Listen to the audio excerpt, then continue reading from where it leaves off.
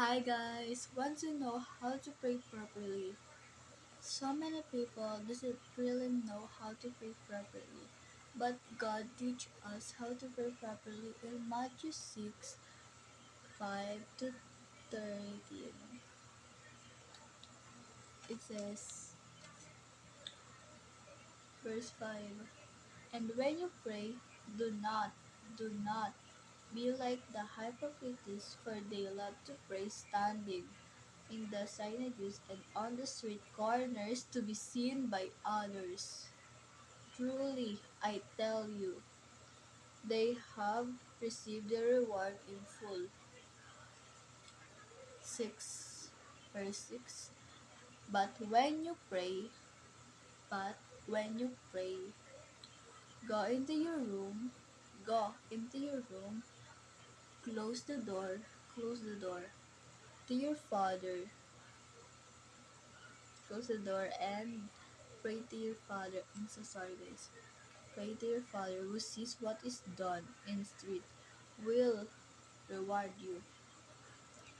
Verse 7. And when you pray, do not keep on bumbling like pigeons, for they think they will be heard because of their many words.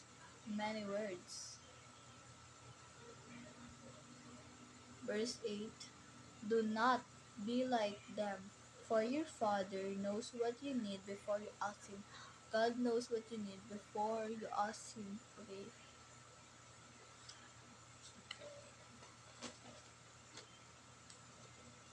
And this is the how to pray. This God teach us how to pray. This step is how you should pray. Our Father in heaven, hallowed be your name.